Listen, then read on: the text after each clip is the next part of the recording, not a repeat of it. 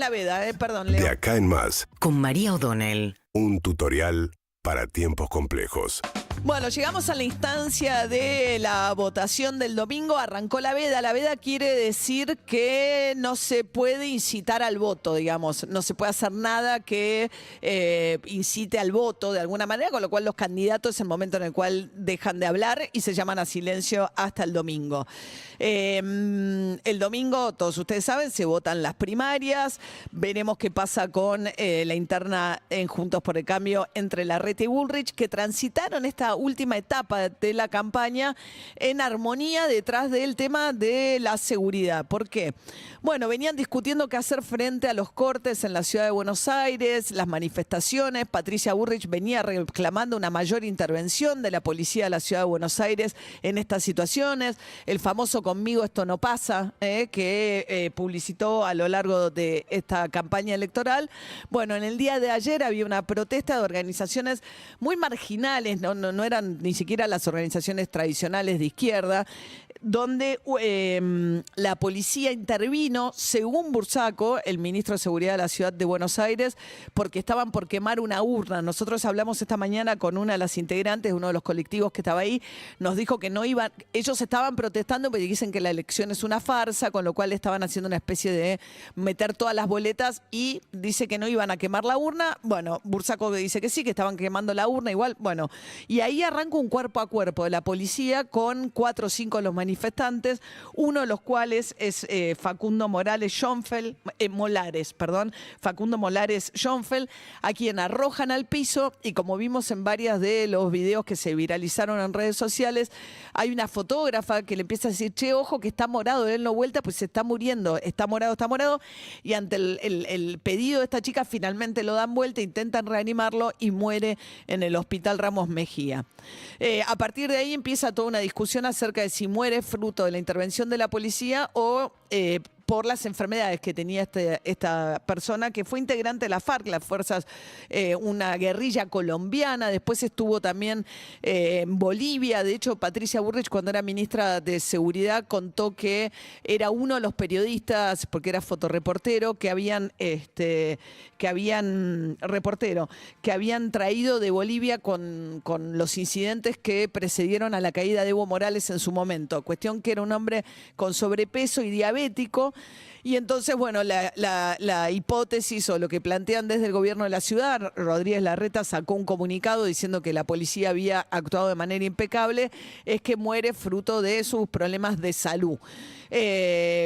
Ahora hay que ir a hacer una autopsia y ver si tiene golpes que hayan provocado, en todo caso, desencadenado el paro cardíaco, el infarto que finalmente le cuesta la vida. Pero la verdad que es un resultado muy triste que estemos hablando de una muerte en un contexto, en este contexto. Y por supuesto que no es la única, además tenés las muertes. Ayer además hubo otra situación de incidentes con la policía de la Ciudad de Buenos Aires, a las que primero le arrojaron piedras usuarios del tren Roca, que padecieron 3 horas de corte de servicio por un corte en las vías de unos trabajadores que reclamaban ser incorporados a la planta permanente porque trabajan en forma tercerizada. Y en ese contexto, primero la policía además fue atacada por algunos de los que estaban ahí en Constitución, pero también después hay otras imágenes que está repartiendo bastonazos en el medio de algún hall de Constitución a los usuarios del tren de manera también bastante insólita. Pero por un lado está este tema de la policía de la Ciudad de Buenos Aires y cómo actúa en estos casos. Por otro lado, los hechos de inseguridad que son terribles. El caso de Morena Domínguez, una nena que ayer fue enterrada en el cementerio de Lanús, 11 años. Ver a sus compañeros de escuela con los globos blancos es realmente muy desgarrador en una zona de Lanús donde ya había habido situaciones muy complicadas, donde la comunidad escolar venía pidiendo la intervención de la policía para tener corredores seguros. Morena llega con un celular que le arrancan de la mano y la golpean de tal manera que pierde la vida. Ahí ya hay 2 detenidos, se sabe quiénes son. Según la fiscal, están detenidos los responsables, y la fiscal en las últimas horas, y esto es también importante porque me parece que en el medio de esta situación tan dramática, en un proceso preelectoral, se han visto también bajezas como por ejemplo el intento de Kravitz de involucrar a la diputada Saracho, que es cartonera. La verdad no tengo nada ni a favor ni en contra, pero me parece que tirar una noticia falsa es muy serio.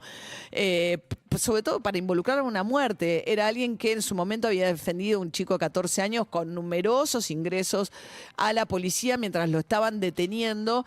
Y según Kravitz, ese mismo chico de 14 años era parte de la banda de estos dos detenidos por el crimen de Morena, que intentó primero autoincriminarse diciendo que él había sido responsable para quitarle responsabilidad a los mayores de edad y utilizando, digamos, la situación de que los menores son inimputables. Bueno, Kravitz dijo que eso figuraba en la causa y eso no figura en la causa, cosa que explicó la fiscal a cargo, que eso no pasó. Entonces se pasaron horas discutiendo también en televisión en el último tramo de la discusión de la campaña electoral acerca de la ley penal juvenil. Es obvio que hay un problema con el sistema de menores que funciona realmente muy mal. La mayoría de los que pasan por los institutos de menores después van a parar a las cárceles, con lo cual es evidente que no sirven de nada. Pero más allá de eso se discutía como si la discusión fuese que en ese crimen de Morena había un menor involucrado. Eso es falso y se instaló toda esta discusión. Y por otra parte, bueno, un caso, otra mañana complicadísima también con este tema por el impacto del crimen de Juan Carlos Cruz, un médico cirujano de 52 años que estaba en Morón llevándole un aparato de aire acondicionado a la mamá. Lo asaltaron para llevarle el auto, le dispararon en la cabeza y murió en estas circunstancias. Otra víctima de un crimen horroroso en el conurbano de la provincia de Buenos Aires. Así que este es el clima en el que se va a ir a votar, con muchos de los candidatos pidiendo represión, pidiendo mano dura, la discusión del régimen penal juvenil, que no tiene nada que ver. Ayer Sergio Massa salió a la noche cual presidente. Raro también, con un presidente que sigue completamente ausente de toda esta discusión. Massa salió a contar lo que había hecho en Tigre, básicamente contando cómo como intendente de Tigre había llenado el municipio de cámaras de seguridad y había bajado, dijo, el 90% la criminalidad, pidiendo Massa que no se use la inseguridad en campaña y usando el tema para la discusión electoral en la que realmente veníamos discutiendo fundamentalmente todos los temas vinculados a la economía. Los dos principales temas de la opinión pública, preocupación que van a ir a votar este domingo, tienen que ver con la economía y la inseguridad, y aparecen las últimas horas, de la mano de estos casos tan dramáticos, la inseguridad y también una pelea de la política por buscar el ángulo que los favorece más, ¿no? Electoralmente, o cómo pararse de la mejor manera posible frente a un tema que es evidentemente muy incómodo, y cualquier respuesta facilista, cualquier respuesta de estas que suenan muy sencillas, son de pura demagogia, francamente, que es un poco lo que hemos estado escuchando también en este tramo final de la campaña electoral para las PASO del domingo.